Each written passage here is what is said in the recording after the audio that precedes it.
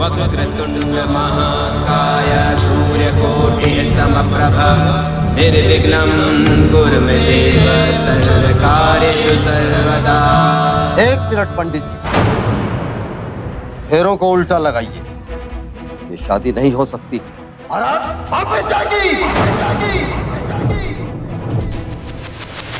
सावधान India UP fights back में मैं पूजा गौर आप सबका स्वागत करती हूँ। शादी ब्याह के मामले में छोटी छोटी बातों पर लड़के और लड़की वालों के बीच मतभेद एक आम बात है, लेकिन उत्तर प्रदेश के आगरा शहर में हो रही इस शादी में ऐसा क्या हुआ कि लड़के के पिता ने फेरों के दौरान अचानक शादी रोकने का ऐलान कर दिया। शादी जैसे शुभ काम में तो टोकना भी अशुभ माना जाता है। फिर यहाँ ऐसा क्या हो गया कि शादी की रस्में इस तरह से रोक दी गई और दो लोगों की नई जिंदगी शुरू होने से पहले ही थम गई। आइए जानते हैं इन सारे सवालों के जवाब। नमस्ते अंकल जी। कहाँ थे तुम लोग यार? घड़ी देखिए। सॉरी अंकल जी, वो रास्ते के लिए कुछ सामान ले रहे थे, चक्कर में लेट हो गए।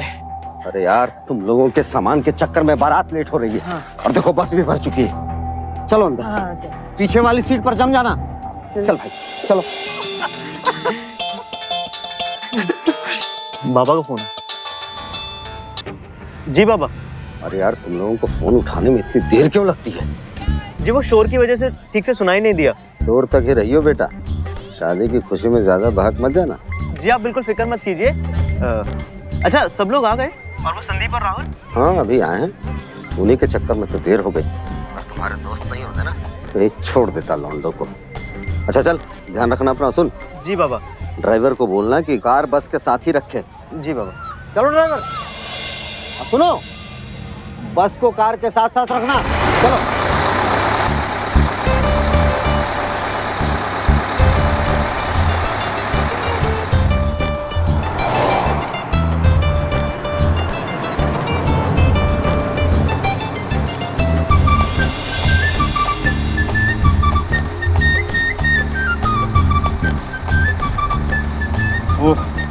बहुत कड़ाके की ठंड पड़ रही है हेमंत, कहीं बस रुकवाओ ना, चाय वाय पी लेते हैं। अरे जीजा जी, कड़ाके की ठंड में चाय से अपना कुछ नहीं होने वाला। अरे हमको तो कुछ और चाहिए। वैसे भी पहुंचने में 1 घंटा लगेगा।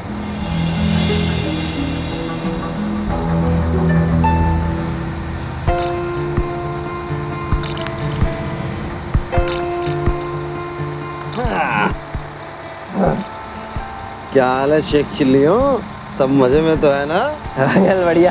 बेटा वो ठंड से बचने के लिए कुछ कंबल वंबल लाए हो कि नहीं? हाँ बिल्कुल अंकल, आपको चाहिए? देखो बेटा, जिस स्कूल में तुम पढ़ते हो ना, उसके हम प्रिंसिपल रह चुके हैं। क्या हमें नहीं मालूम कि रास्ते के लिए कौन सा जरूरी सामान लाने में देर हुई? अरे अंकल। खैर छोड़ो, ये बताओ बेटा, लाए क्या हो? रम लेके आए अंकल। हम निकालो। अरे वाह, तुम तो बहुत फास्ट हो। पहले तो बना के रखे।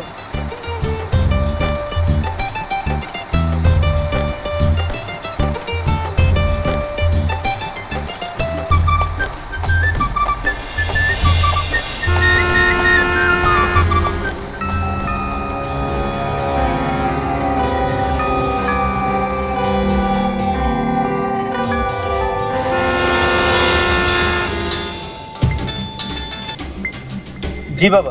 मेरी बात ध्यान से सुन। लड़की वालों ने स्वागत द्वार लगाया होगा जनमासा का पहले, वहाँ पहुँच कर रुक जाना। अंदर मत चले जाना। लड़की के बाप से पहले हिसाब किताब कर लो। जी। अगर सारा हिसाब किताब सही रहा ना तो मैं इशारा करूंगा तो तू अंदर जाना, समझा? जी समझ गया। चल ठीक है।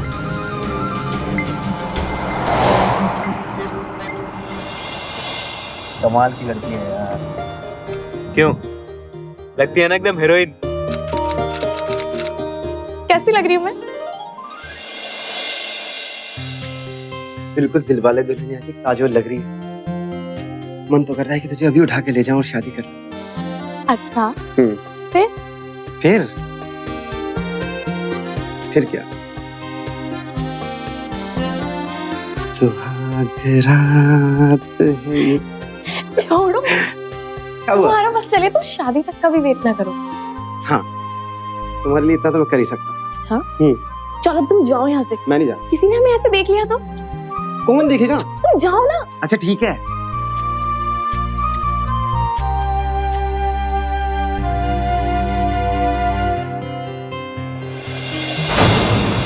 मीना,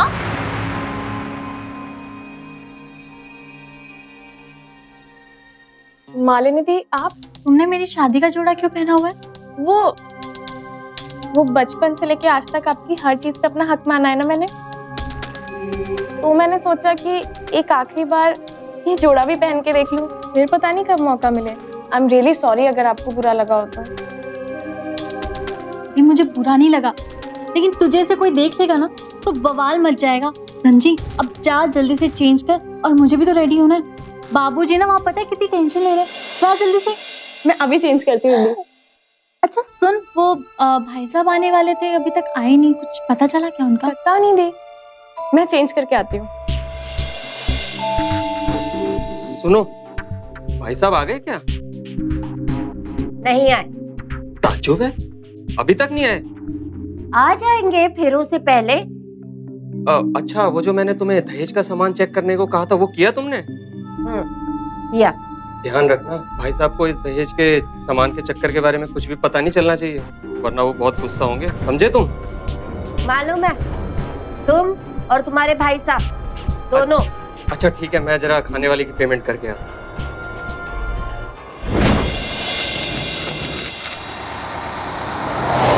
अरे ड्राइवर, अरे जरा गाड़ी साइड में रोकना तो।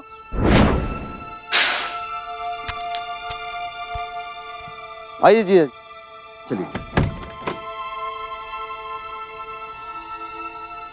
सब ठीक से आ गया ना? ये राहुल कहाँ रह गया? अरे राहुल जल्दी आ बेटा। सुन बेटा, एक काम कर। हाँ जी। तू यहीं रहना। हाँ। सारे बारातियों का ख्याल रखना। ठीक है। और हाँ, जब तक हम ना बोले तब तक किसी को सामान मत उतारने देना, ठीक है? राजेश, यहीं रुकना, मेरे पीछे आने की जरूरत ना है, ठीक है? जी। आइए जी, देखते हैं कि बारातियों के लिए इंतजाम बात क्या किया। हेमंत, ऐसा करो, माँ जी को भी साथ ले लो। अब हट, चलो। अरे क्यों मुंह लटकाए भैया, क्या हो गया? अरे काहे चिढ़ा रहे हो भैया बेचारे को, है?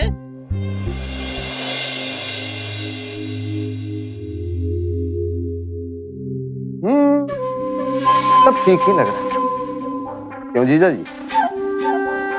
हाँ हेमंत, कैश तो ठीक ही लग रहे हैं, नोट भी कड़क है। पूरे 6 लाख हैं, आज सुबह ही बैंक से निकलवाए, जो बात तय हुई थी। और समधी साहब जेवर? 4 लाख के हैं। बाकी तो सब लेन देन का सामान है, हमें तो सिर्फ कैश और जेवर चेक करना था। ठीक है, चलिए, ये औपचारिकता भी पूरी हो। अब ऐसा कीजिए, समधी साहब की बारात तो आ चुकी है, तो बारातियों के लिए थोड़ा सा नाश्ता बस में भिजवा दीजिए, बाकी हम लोग नाचते गाते ढोल बजाते निकल लेंगे। हाँ, जी जी बिल्कुल, वो भी इंतजाम कर देंगे। ठीक है, चले? हाँ, तो लेकिन एक बात मैं सोच रहा था समधी जी, देखिए जब हम लोग बारात लेकर के निकलेंगे तो नाचने गाने में 1-2 घंटा लग जाएगा। ऐसा क्यों ना करें कि अम्मा को यही कमरे में सामान के पास बिठाए। ठीक है। अरे अम्मा, अम्मा। हाँ? ऐसा है अम्मा कि हम लोग मुन्नू की बारात को लेने जा रहे हैं, तू यहीं बैठ करके सारा सामान पर नजर रखियो, ठीक है? चलें? ठीक है अम्मा, अपना ख्याल रखियो। चलिए समझी जी।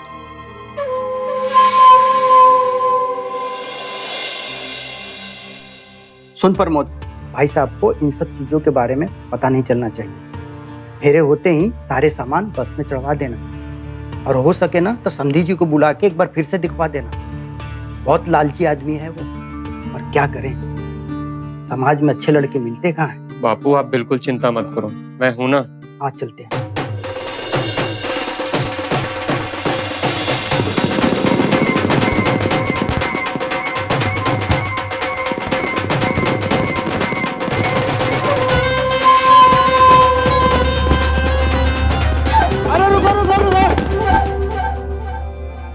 अरे क्या समझी जी, मगर शगुन के लड़का उतारिएगा? हाँ हाँ, एक मिनट। अरे ये क्या है समझी जी, 500 का नोट? समझी जी शगुन की बात कर रहे हैं, हम लोग बेटा दे रहे हैं आपको।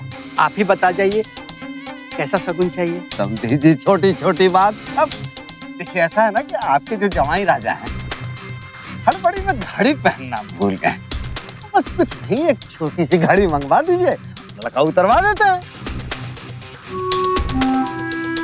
हाँ हाँ हाँ, बिल्कुल बिल्कुल, घड़ी की बात तय रही। अभी 1 घंटे में प्रमोद ला देगा। आगे की रस्म पूरी करें। उतारिए उतारिए उतारिए, लड़का उतार लीजिए। हे भगवान, इनकी मांगे तो बढ़ती ही जा रही है।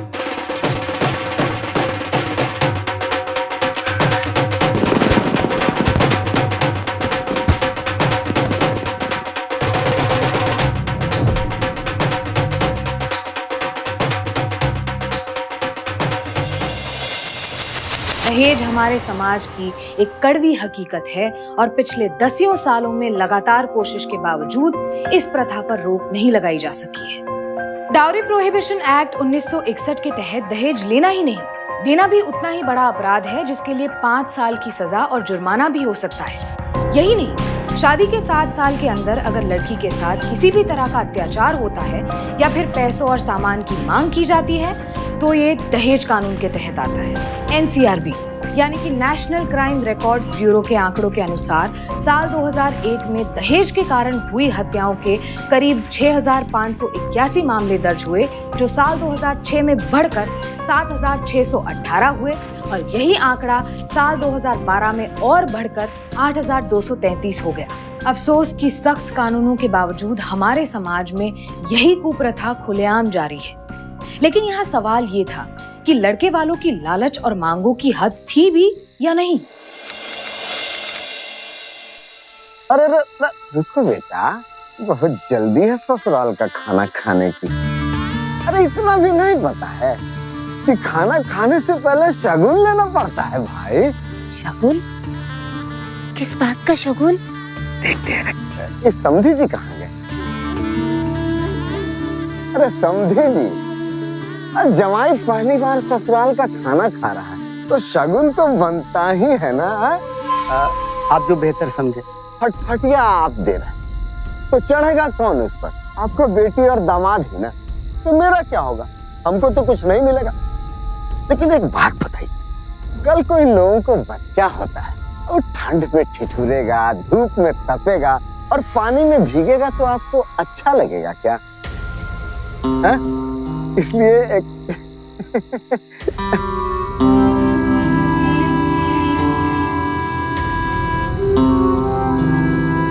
जी बस मैं 1 मिनट में आया। जरूर जरूर। अरे हमें कौन से जल्दी है अपना बेटा आपको सौंपने की, बस ध्यान रखिएगा कि मुहूर्त न निकल जाए।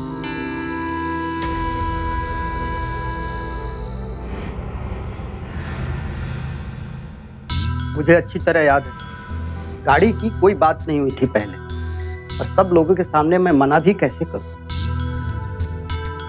ये तो कुछ समझ में नहीं आता। बाबूजी, माफ करना छोटे मुंह बड़ी बात, पर मीना की शादी के लिए जो रुपए आपने बचा के रखे हैं वो भी मालिनी की शादी में डाल दीजिए। इन लोगों का तो मुंह बंद होते हुए नजर ही नहीं आ रहा।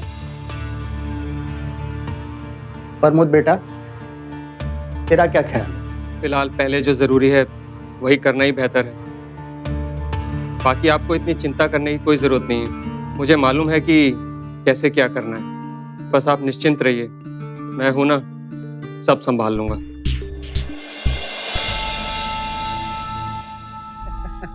अरे ठीक है समझी जी, छोटी ही सही लेकिन गाड़ी तो है ना भाई। बस एक बात का ध्यान रखिएगा कि सुबह होते ही सबसे पहले बुकिंग करवा लीजिएगा। आइए, अरे आइए खाना खाते हैं, चलिए आइए आइए बैठिए। चलो भाई, अरे खाओ खाओ खाओ बेटा, खिलाओ बहू खिलाओ। सुन लो तुम लोग अच्छे से, हमें ना किसी भी तरह लड़के वालों से जूते चुरा के ही लाने हैं।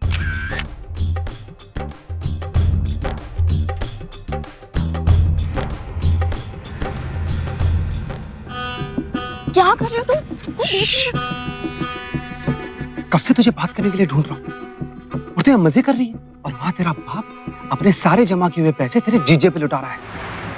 और तेरा भाई, अरे वो तो खुद को हीरो समझ रहा है, कह रहा है मैं हूं ना, सब ठीक हो जाएगा। क्या मतलब? मतलब ये कि तूने मुझे यहाँ वेटर बनवा के बुला तो लिया, लेकिन मुझे ऐसा लगता है कि हमें तो अपनी शादी के लिए सिर्फ वेट करना पड़ेगा। अरे वहां तेरा मजबूर बेचारा बाप तेरी शादी के लिए जमा किए हुए पैसे भी तेरे जीजे पे लुटा रहा है। मुझे नहीं लगता हमारी शादी जल्दी हो पाएगी।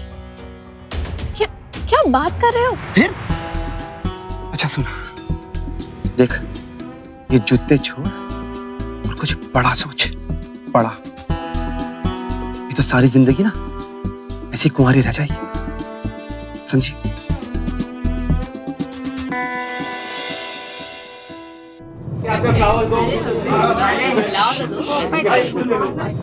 कुछ लाओ। अब ये कोई समय है इन सब बातों के लिए? अब इसमें इतनी रोने वाली क्या बात है? अपनी फूटी हुई किस्मत पे रो रही हो। अरे मुझसे अच्छी किस्मत तो आपकी बहन की है। अपने हिस्से का दहेज तो ले ही जा रही है, ऊपर से मीना के हिस्से का भी दहेज ले जा रही। और मैं यहाँ आपके अम्मा के पुराने जेवरात में अपनी जिंदगी गुजार रही हूँ। देख लेना, ये शादी जब हो जाएगी ना तो इतने भी पैसे नहीं बचेंगे कि मेरे लिए एक छोटा सा हार बनवा के दे सको। बस इतनी सी बात? जरा अपना हाथ तो दिखाओ मुझे, मैं भी तो देखूं कि तुम्हारी किस्मत कितनी खराब है। अरे दिखाओ तो।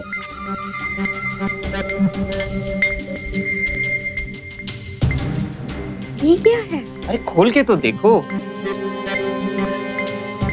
सुंदर हार मेरे लिए, पर ये तो बहुत महंगा लगता है। महंगा तो है, पर तुमने ये कैसे? अरे वो सब मैं तुम्हें बाद में बताऊंगा। फिलहाल सिर्फ तुम इतना ध्यान में रखना कि अगर कोई तुमसे इस हार के बारे में पूछे तो ये मत कहना कि हार मैंने तुमको दिया है, कहना कि तुम्हारी बुआ जी ने तुम्हारी ननंद के लगन पे तुमको दिया है। समझी कुछ? ठीक है, पर ऐसा क्यों? मुझे सच सच बताओ, इतने सारे रुपए तुम्हारे पास आए कहाँ से? अरे बस अब तुम आम खाओ और पेड़ गिनने की गिनती हम पे छोड़ दो।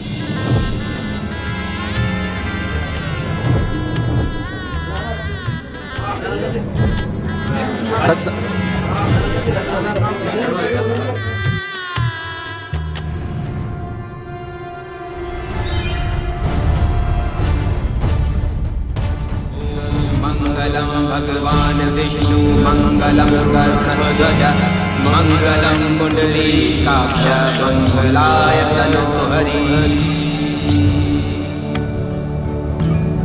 वक्रतुंड महाकाय सूर्यकोटि समप्रभ निर्विघ्नं कुरु मे देव सर्वकार्येषु सर्वदा।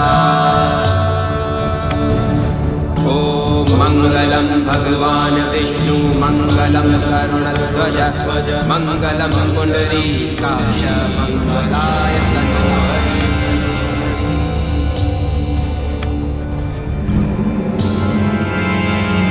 एक मिनट पंडित जी, कितने फेरे हुए? 4 फेरे हुए जजमान। फेरों को उल्टा लगाइए, शादी नहीं हो सकती।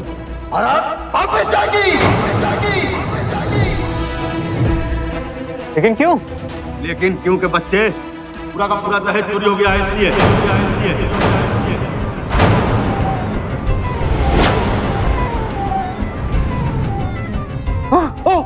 अम्मा, अम्मा कहाँ से चल रही है? उठाइए। पर ये हुआ कैसे? हे भगवान, मेरा जिंदगी भर की जमा पूंजी मैं लुट गया, बर्बाद हो गया। बंद करो अपना नाटक। जिंदगी भर की जमा पूंजी, जिंदगी भर की जमा पूंजी। अच्छा तरीका ढूंढा है तुमने अपनी जिंदगी भर की जमा पूंजी को बचाने का। ये क्या कर रहे हैं आप? मैं क्या कह रहा हूँ? बाहर आओ, दिखाता हूँ कि मैं क्या कर रहा हूँ। समझी जी रुक जाइए, समझी जी रुक जाइए। शादी नहीं कर रही है, मैं आपके सामने पाँव पड़ता हूँ समझी जी। देखो देखो, तुम्हारे इस नाटक से हमें नहीं रुकने वाले।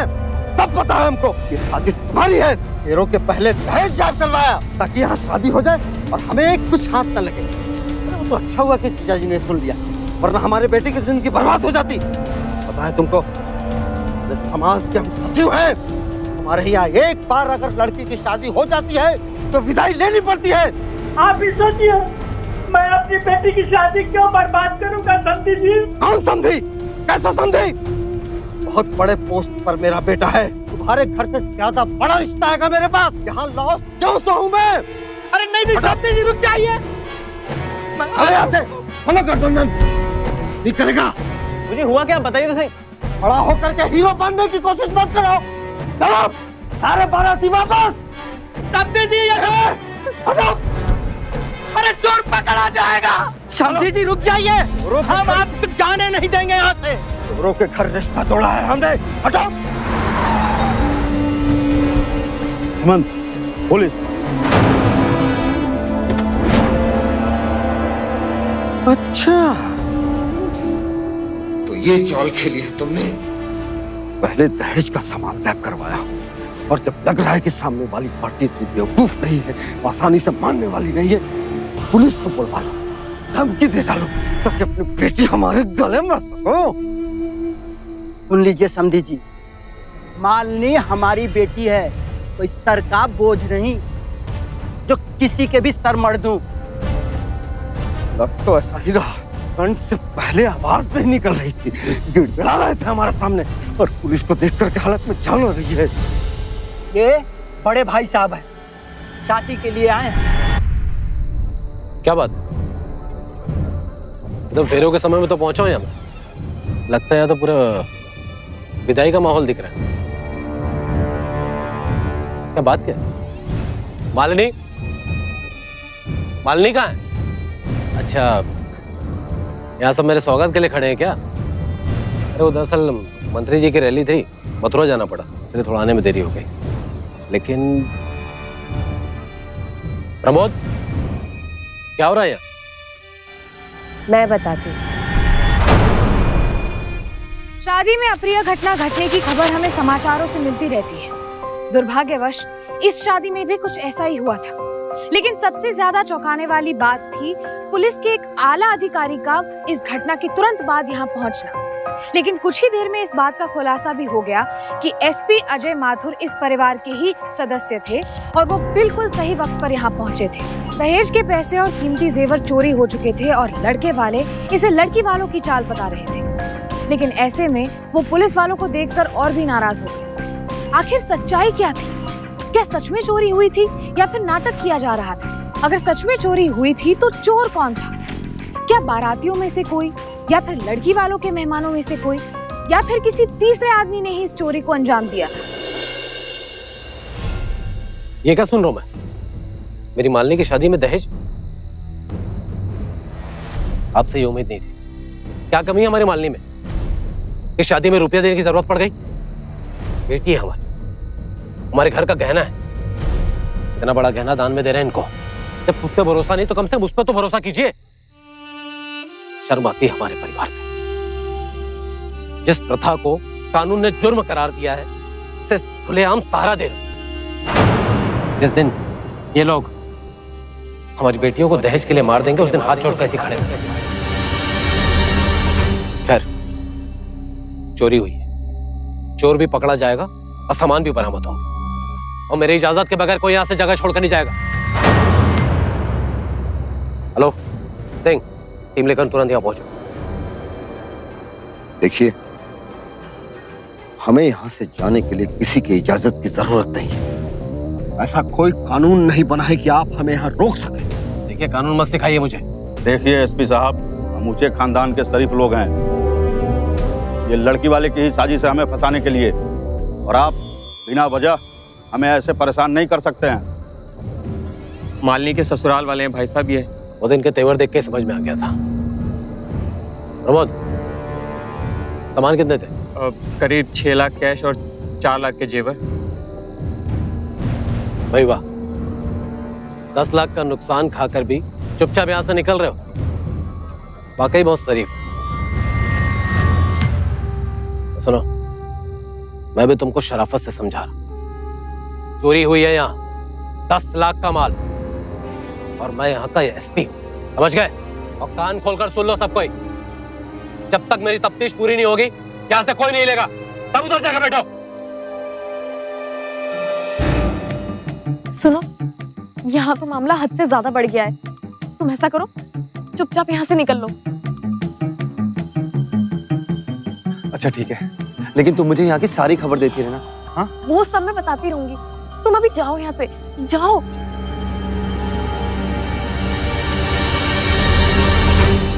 अबे चोरों की तरह कहाँ भाग के जा रहा है? चल।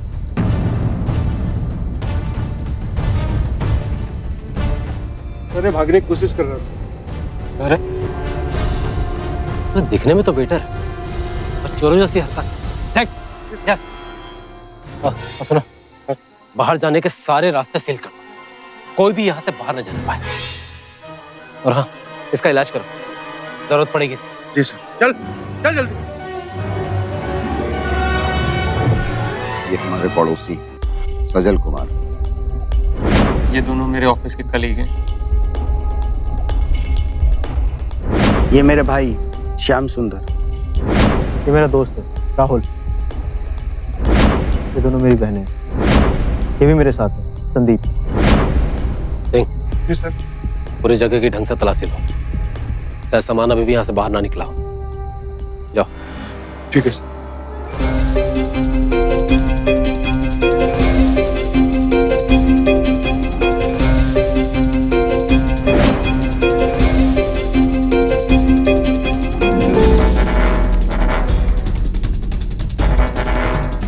मामला कुछ पेचीदा होते जा रहा है। सुनो, शादी का जो वीडियो शूट कर रहा था ना, उसको यहाँ लेकर आओ तुरंत। इतने सारे लोगों में से चोर कौन हो सकता है ये जानना मुश्किल था, लेकिन इतना तो तय था कि चोर हो न हो इस वक्त वहीं मौजूद था। साथ ही भाई साहब के अनुभव और तेज तर्रार दिमाग में हर मसले का हल था। उन्होंने शादी के वीडियो बनाने वाले से फुटेज निकलवाकर ये जानने की कोशिश की कि वो कौन कौन थे जो फेरों के दौरान वहां मौजूद नहीं थे, क्योंकि अपराधी उन्हीं में से कोई था जो फेरों के दौरान पैसों और कीमती जेवर पर अपना हाथ साफ कर रहा था। काम करो सिंह, ये सबको यहाँ लेकर आओ। ठीक है सर। तुम चलो।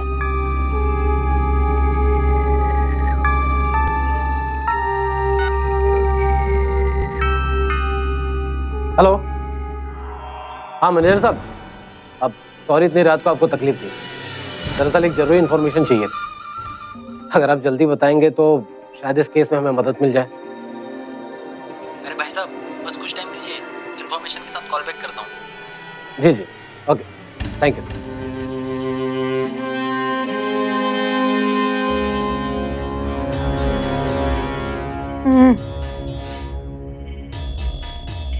भगवान, सर फटा जा रहा है।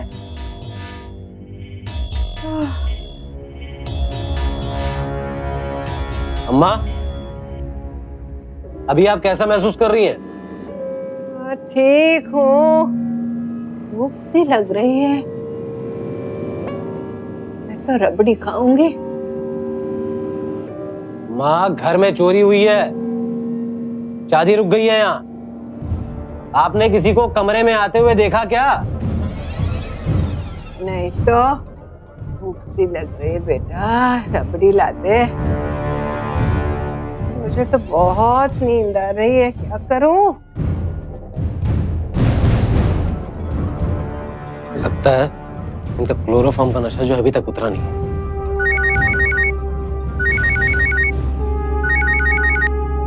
हेलो, हाँ मैनेजर साहब।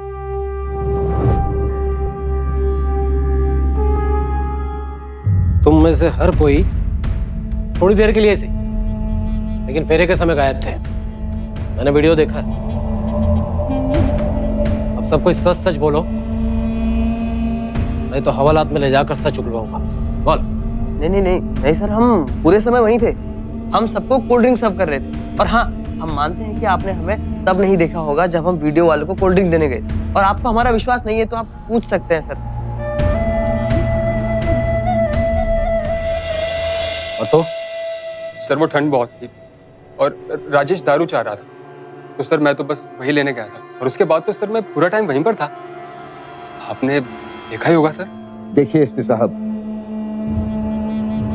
मैं आपसे कह देता हूं, आप जो ये मेरे परिवार वालों को बार बार तंग कर रहे हैं ना, ठीक नहीं होगा। मैं आपके ऊपर हैरेसमेंट केस दर्ज करवाऊंगा। और मैं तुम पे डाउरी डिमांड का कहा था, ये बता कहा था तो? अरे मैं बाथरूम गया था, उसके लिए कोई दिन और रात तय होता है क्या? सही समय पे सबको बाथरूम लगता है। और तुम? देखिए भाई साहब, मैं चोर नहीं हूँ। अच्छा खासा बिजनेस है हमारा, बीवी है, बच्चे हैं। बोल।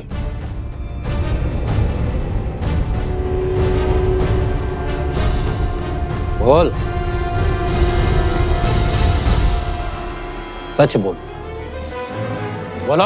वो मेरे मन में थोड़ा लालच आया था और उसी लालच के चलते मैं दहेज वाले रूम में गया था। मैंने सोचा कि थोड़ा कैश ले लेता हूँ, तो मैंने वहाँ देखा कि अम्मा जो है वो जेवर और दहेज के पास सोई हुई है।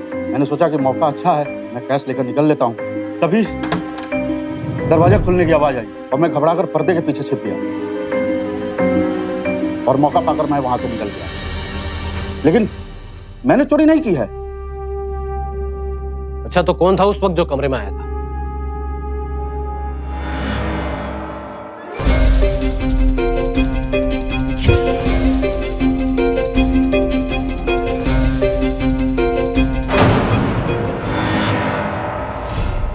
ओह, वेटर।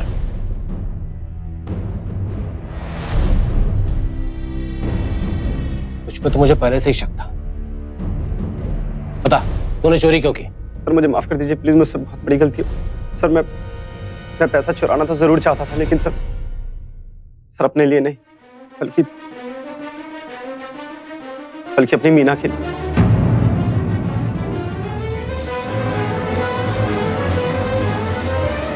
मीना के लिए?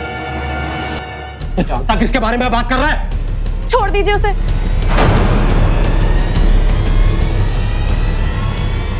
तो ये चक्कर है। अच्छा, चलिए बता, तू मीना के लिए पैसे क्यों चुराना चाहता? भाग। सर मालिनी दी के ससुराल वालों की मांग पूरा करने के लिए मीना के बाबूजी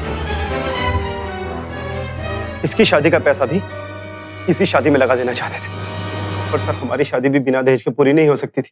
मेरे बाबूजी दहेज जरूर मांगते, पर अगर सब कुछ इसी शादी में लग जाता तो हमारी शादी तो कैंसिल। इसलिए मैंने सोचा कि इसलिए तूने अपने बाप से दहेज ना लेने की लड़ाई लड़ने से अच्छा चोरी करना समझा। हाँ सर, मैं तो सिर्फ कमरे में घुसा ही था, तभी मीना आ गई पीछे से। सर अरे मीना, तू यहाँ क्या कर रही है? अरे मैंने तो छत पे बुलाया था ना तुझे मिलने के लिए। मीना? हाँ। मीना, तूने तो खबर दी थी ना कि घर में चोरी हुई है। आप मुझ पे गलत शक कर रहे हैं भाई साहब। मैं तो छत पे ही जा रही थी, लेकिन फिर जब मैंने रतन को कमरे में देखा तो मैं अंदर आ गई, यही सोचते हुए कि वो शायद वहीं मिलना चाहता है।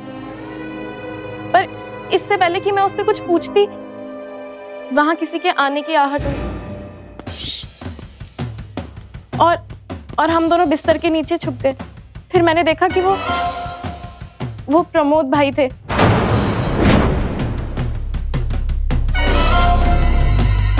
ये देख के मेरे रोंगटे खड़े हो गए। अगर वो मुझे और रतन को एक साथ देख लेते तो पता नहीं क्या करते।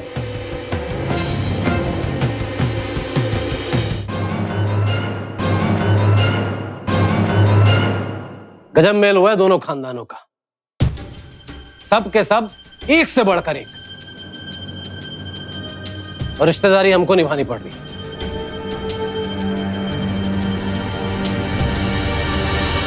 अब प्रमोद, तुम्हारा क्या खुलासा है? भाई साहब, बाबा ने मालिनी की शादी के लिए अपनी जीवन भर की सारी कमाई लगा दी थी। यहाँ तक कि हम पुष्पा के लिए एक नया जेवर भी नहीं खरीद पाए। वो रोज हमें किसी न किसी बात पे ताना देती थी। हमें लगता था कि हम निकम्मे हैं, अपनी जोरू को खुश नहीं रख सकते। इसलिए हमने बनिए से 10 दिन की उधारी पर वादा करके उसे एक नया हार तो ले दिया, लेकिन जेब में एक फूटी कौड़ी नहीं थी। इतनी उधारी हम कैसे चुकाते? इसलिए अपने ही घर में अपनी कमाई की चोरी करने की ठान ली। बस कुछ 50,000 की जरूरत थी उस कैश में से। हमें लगा कि दूल्हे के बाप ने पैसे तो गिन ही लिए हैं, डोली से पहले कुछ पता नहीं चलेगा, लेकिन सारा बना बनाया प्लान चौपट हो गया। क्यों? बारात घर के मैनेजर से बात हुई थी कि शादी से पहले ही आधी पेमेंट हो जानी चाहिए।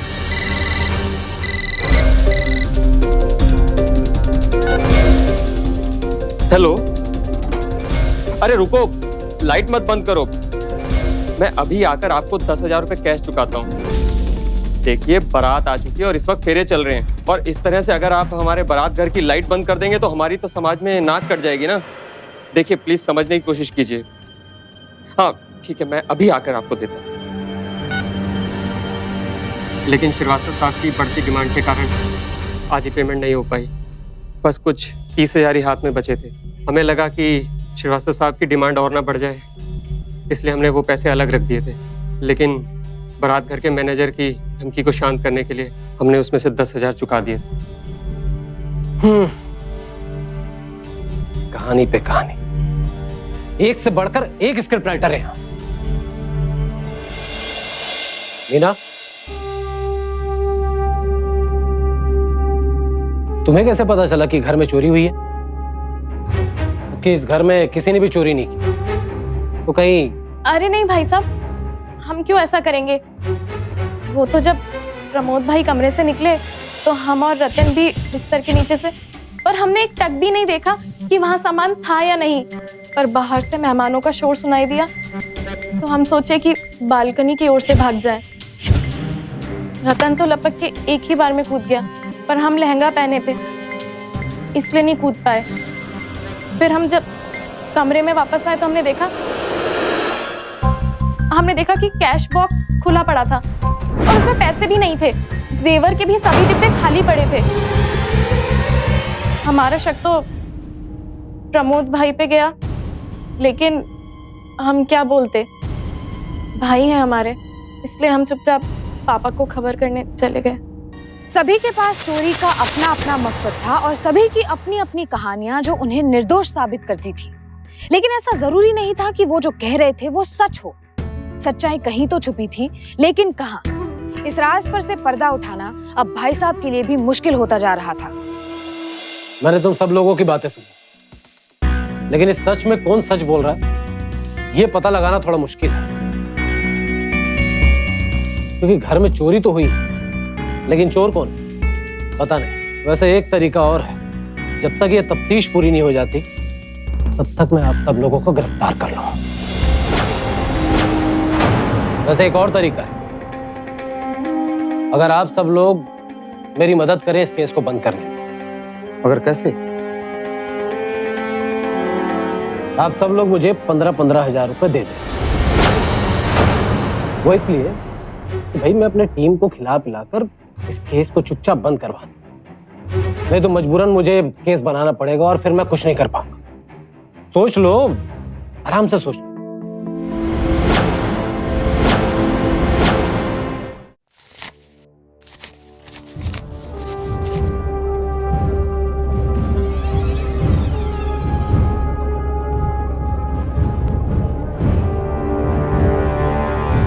बराबर कम करो उसको। मन में चोर तो है तुम्हारे, इस बार तो छोड़ दिया।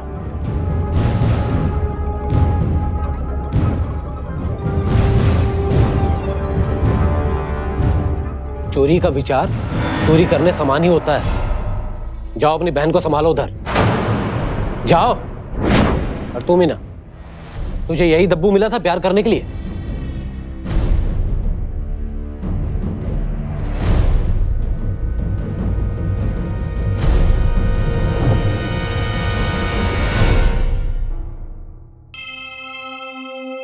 तुम्हारे पास ये पैसे कहां से आए? मैंने अभी भैया को फोन करके जगाया था तो वही देके गए।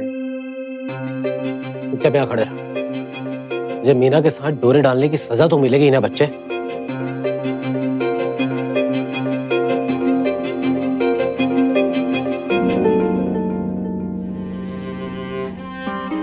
बाकी क्या आपको घर पहुंचते ही दे देंगे।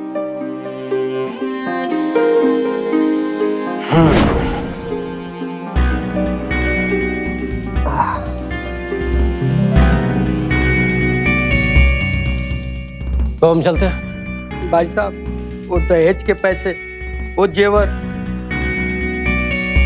उस चोर का क्या होगा? मेरी जिंदगी भर की जमा पूंजी थी वो, मैं बर्बाद हो गया भाई साहब। जब आप दहेज दे रहे थे तो ये सारी चीजें नहीं सोचे? अभी चिंता मत करो, एक एक पैसा वसूल करूंगा इन लोगों से।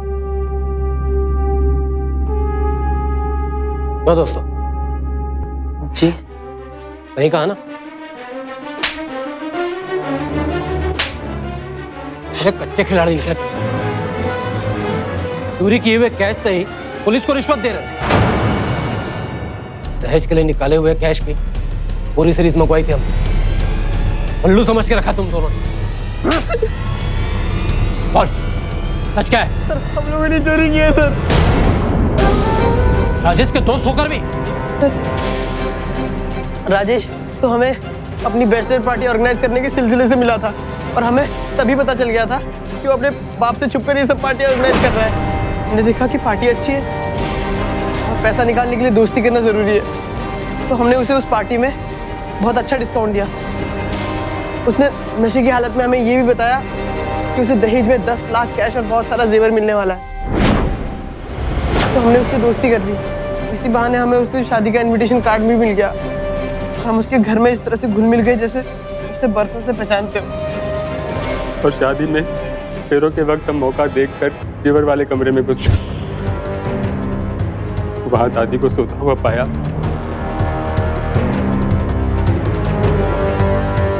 कल सब गया, लेकिन उन्हें पक्की नींद सुलाने के लिए हम दोनों ने उन्हें क्लोरोफॉर्म सुखा दी और सारे कैश और जेवर लेके वहां से निकल गए। इससे पहले कि हम सबकी नजरों से बचते हुए वहां से निकलते, राजेश ने राहुल को रोका और शराब की मांग की। इतने में मीना वहां चोरी की खबर लेकर पहुंच गई। हम लोग डर गए थे कि अगर अब यहाँ से भागेंगे तो शक हम पर ही होगा, इसलिए हम लोग यहीं रुक गए। लेकिन तब तक आप यहाँ पहुंच गए। लेके जाओ इन दोनों को। दिमाग है लेकिन गलत चलता है। कोर्ट में भेद पड़ेगी तो सब समझ में आ जाएगा। ले जाओ इनको। तो अब हम लोग जा सकते हैं? जाइए, बस में जाके बैठ जाइए। शुक्रिया। किस बात? भाई बस तो सीधा पुलिस स्टेशन जाएगी। भाई अपने डिमांड्स की खातिरदारी तो ले लो, सरकारी मेहमान बनकर। क्या मतलब? ये तो कोर्ट जाके ही पता चलेगा कि किस दफा और कौन सी सजा मिलेगी तुम सब लोग को। दहेज लेना और दहेज देना दोनों कानून के खिलाफ। जाइए, जाके बस में बैठ जाइए। तो इधर तू भी जाके बैठ। चोरी का विचार तो तेरे मन में भी आया था ना। और हाँ, तेरे पापा को ही बुला लेना। जब तेरी धुलाई होगी ना तो तेरे पापा जो है दहेज लेना भूल जाएंगे। चल जाए यहाँ से। ये चोरी की कोई साधारण सी वारदात नहीं थी और ना ही ये लड़ाई दो चोरों के खिलाफ थी। ये लड़ाई थी एक पुरानी कुरीति के खिलाफ, एक ऐसी कुप्रथा जिसकी जड़ में सिर्फ और सिर्फ लालच है और हर रोज कई मासूम लड़कियां इसका शिकार बनती हैं। राजेश के दोस्त राहुल और संदीप को चोरी के आरोप में आईपीसी की धारा 379 के तहत 3 साल की सजा हुई और साथ ही जुर्माना भी भरना पड़ा। वहीं दूसरी ओर दोनों ही परिवारों को दहेज के लेन देन के जुर्म में डाउरी प्रोहिबिशन एक्ट 1961 के सेक्शन 3 के तहत 5 साल की सजा हुई और 1-1 लाख का जुर्माना भरना पड़ा। बेटी की शादी के वक्त की जा रही मांगों को पूरा करने से पहले जरा सोचिए कि आप अपनी बेटी को किनके हाथ में सौंपने जा रहे हैं। पैसों से रिश्ता जोड़ने वाले आपकी बेटी को प्यार और इज्जत कैसे दे सकेंगे? साथ ही शादी के समारोह में सुरक्षा का ध्यान रखना बेहद जरूरी है, क्योंकि भीड़ भाड़ का फायदा उठाकर ही लोग अपराध को अंजाम देते हैं, जैसा कि इस घटना में हुआ।